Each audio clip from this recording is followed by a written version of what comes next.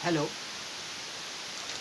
मैं इंद्रजीत नारायण सिंह यूट्यूब से MSc anthropology मानव शास्त्र 45 years इन एस्ट्रोलॉजिकल एक्सपीरियंस। मैं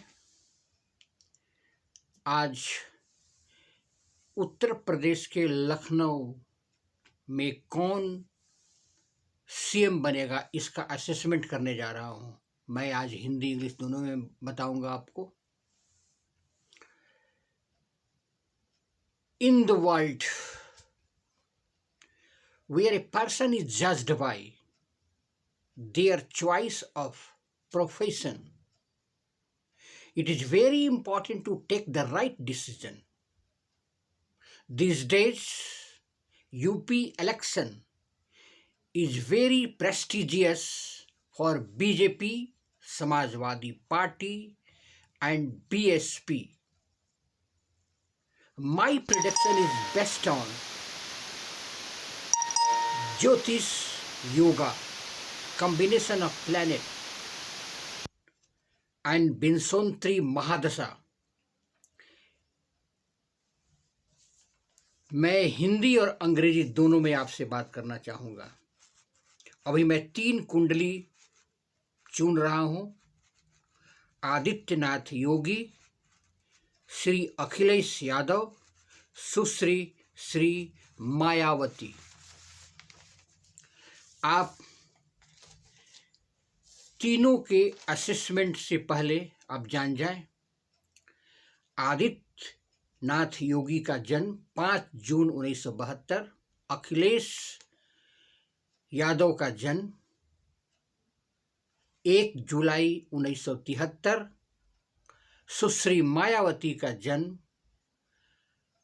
15/1/1956।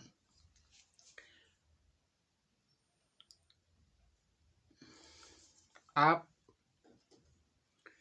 कुंडली को देखें।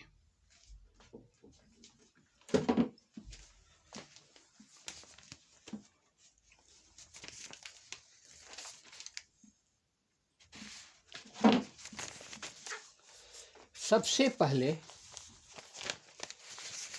योगी जी की कुंडली, जन्म 5 जून 1972। इनका मूलांक 5 है। न्यूमरोलॉजी अगर देखें तो मूलांक इनका 5 है। ये एक मैजिकल नंबर है जो क्विक डिसीजन के लिए माना जाता है, एडवेंचर और जीवन में बाधाएं दूर होती हैं। अब भाग्यांक जाने। भाग्यांक इनका 3 है। स्वामी गुरु है। गुरु विष्णु जी का प्रतीक है। विष्णु अगर साथ देते हैं तो निश्चित रूप से इनका भाग्य उदय होकर रहेगा। अखिलेश यादव की कुंडली आप देखें, मूलांक इनका 1 है। नेतृत्व की क्षमता इसमें 1 में बहुत ज़्यादा होती है। लेकिन यहाँ जानने की बात है, एक सूर्य का संकेत है। सूर्य हमेशा स्टेबिलिटी का प्रतीक है। न्यूमरोलॉजी यही बताता है। और स्टेबिलिटी अगर होगी तो सफलता होगी। तो ये व्यवसाय के लिए सर्वोत्तम है। इनका भाग्यांक 1 है। 1 ये संकेत करता है कि अगर हानि होगी तो बहुत ऊंचा, और नहीं तो सामान्य रूप से स्थिति घबराहट में बीतती है। जीवन इनकी घबराहट में ज़्यादा बीतेगी। अब मायावती की कुंडली देखें। इनका जन्म 15/1/1956, 15 योग 1956 में ये इनका मूलांक 6 है। 6 का संकेत होता है कि ऐसे व्यक्ति धनवान होते हैं, अय्यासी होते हैं, धन का दुरुपयोग करते हैं। वीनस ये बताता है कि ये अपोजिट सेक्स के साथ ज़्यादा रहना पसंद करते हैं, अपने पर ये लोग ज़्यादा ध्यान देते हैं। मूलांक 6 वाले, इनका भाग्यांक 1 है। इनमें थोड़ी सी भी घबराहट की बात बार बार आएगी। अब एस्ट्रोलॉजी की बात करें। एस्ट्रोलॉजी, ये सिंह लग्न का कुंडली है योगी जी का।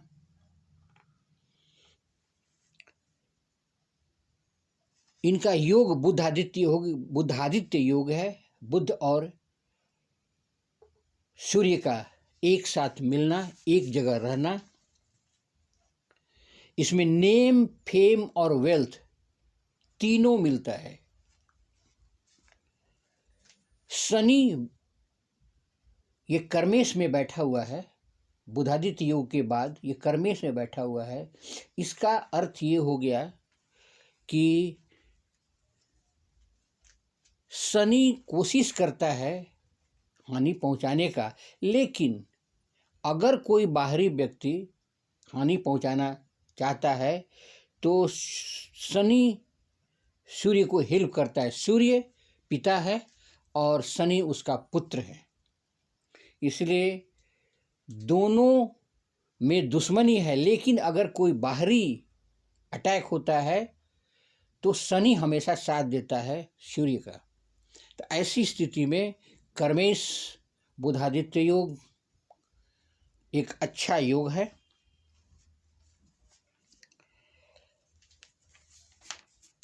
दसम इनका राजयोग बना रहा है। अभी केतु की महादशा चल रही है। पॉलिटिकल कैरियर में भी राजयोग की आवश्यकता होती है। इनकी स्पिरिचुअल थिंकिंग बहुत अधिक होगी, इसीलिए कि ये 12th घर में केतु बैठा हुआ है। केतु की अभी महादशा चल रही है। इनका ऐसा लगता है कि आउटस्टैंडिंग सक्सेस का संकेत करता है पॉलिटिक्स में और मिनिस्टरशिप में। ऐसा 27 नक्षत्रों, 12 साइंस एंड 7 ग्रहों के आधार पर ये हम निकालते हैं न्यूमेरोलॉजी और एस्ट्रोलॉजी से, तो इनका लग रहा है कि 248 इनके नेतृत्व में एमएलए का सीट आएगा। अब आए अखिलेश यादव के बारे में। अखिलेश यादव कन्या लग्न है, जो फीमेल साइन है। लग्नेश इनका एकादश में बैठा हुआ है बुध।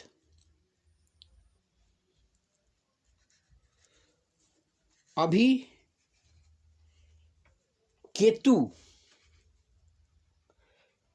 कर्मे से बैठा हुआ है सूर्य और शनि और चंद्रमा के साथ। केतु और चंद्रमा, सूर्य तीनों जो है वो केतु से डिस्टर्ब रहेंगे। सूर्य हमेशा डिस्टर्ब रहेगा क्योंकि ये ग्रसित करेगा, चंद्रमा को भी ग्रसित करेगा। इसीलिए इनका कर्मेश केतु हमेशा बिगाड़ेगा। केतु इनकी अभी महादशा चल रही है।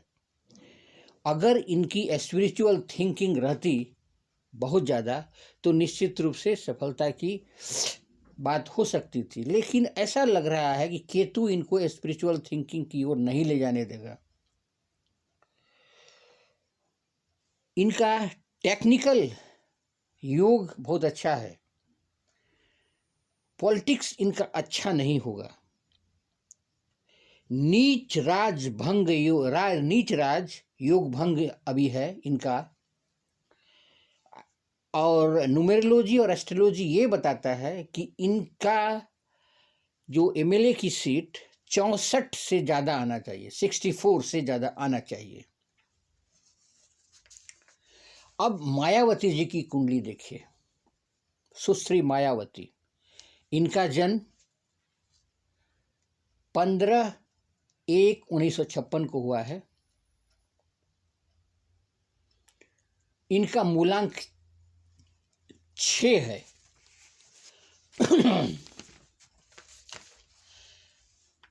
इनकी कुंडली देखें तो कर्क लग्न की है।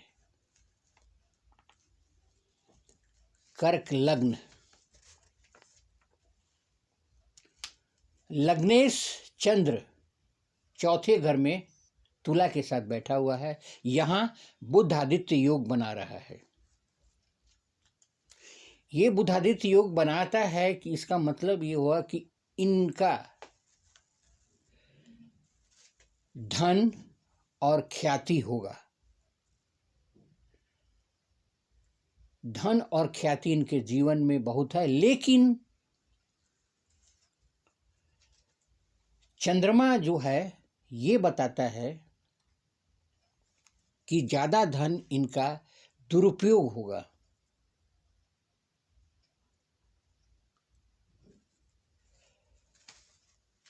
पंचम घर में मंगल, शनि और राहु बैठा हुआ है। राहु जो है इनकी बुद्धि को कुंठित कर देती है। राहु बुद्धि को कुंठित कर देती है। और मंगल और शनि दोनों मैलेफिक ग्रह हैं जो इनका डिसीजन लेने की क्षमता को समाप्त करता है।